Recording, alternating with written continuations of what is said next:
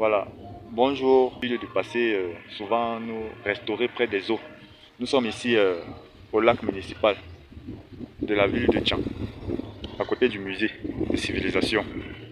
Et nous avons fait la remarque étonnante hier d'une plante magnifique que certainement vous connaissez.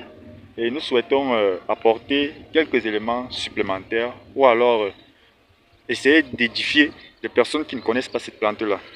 Je suis présentement en présence de mon partenaire Moafo qui s'est avancé tout à l'heure là et nous allons le rejoindre. Nous allons vous présenter cette plante et vous allez découvrir de quoi est-ce que nous parlons exactement. Ne quittez pas car ce qui arrive c'est du haut niveau.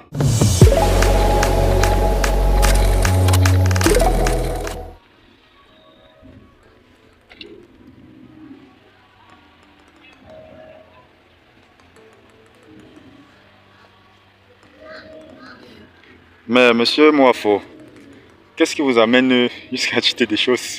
Ah, mon frère, c'est l'abondance de l'hydrocotyle qu'il y a ici. L'abondance de ça. L'hydrocotyle, c'est ça qui m'amène ici. Son nom scientifique c'est quoi? On appelle ça scientifiquement toujours hydrocotyle. Même s'il y a deux variétés, celle qui a des bords auréolés et celle qui a le bord lisse, comme celui-ci.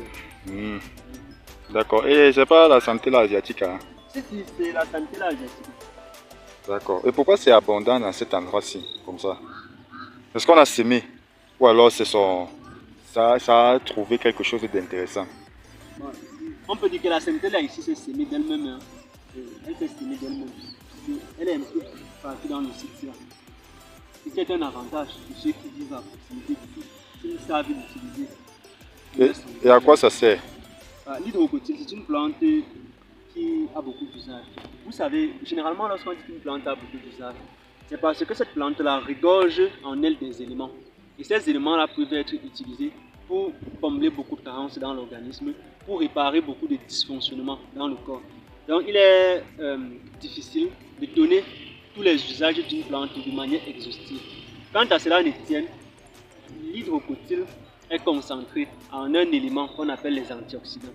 Et les antioxydants, comme la chlorophylle, sont reconnus pour leur capacité à permettre au corps humain de se régénérer. Ils sont reconnus pour leur capacité à booster le renouvellement cellulaire, que ce soit des leucocytes ou des génétiques.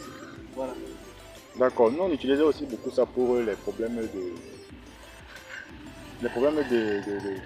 de blessures. Ouais, je dois dire que l'hydrocotyle a aussi un puissant effet cicatrisant. C'est une plante qui déjà permet de tuer les germes pathogènes sur une plaie et de faciliter la formation des plaquettes sanguines pour que la plaie là se cicatrise.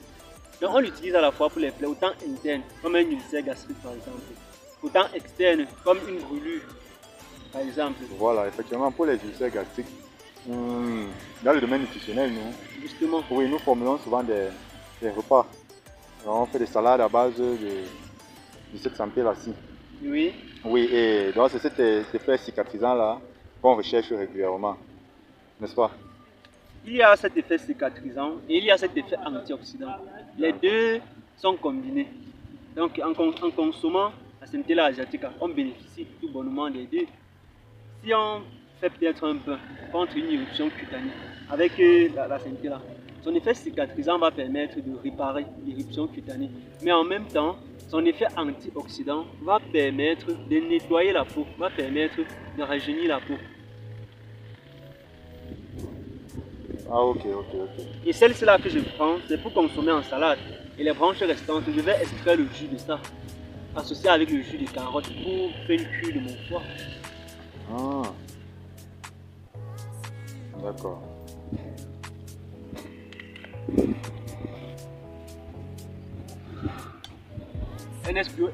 NSBO va loin, hein, frère. Ça va, il va vraiment loin. Il va vraiment loin.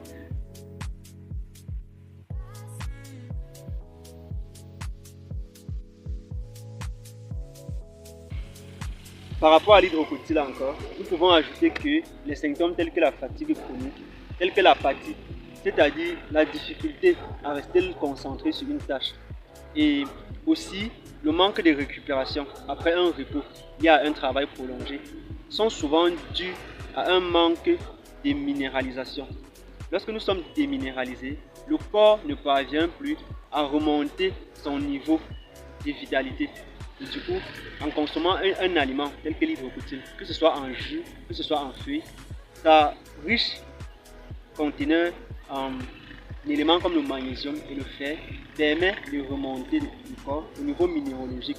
Et vous savez, lorsque le corps est suffisamment minéralisé, il a aussi suffisamment de vitalité et il nous permet d'avoir suffisamment d'énergie pour travailler. Merci.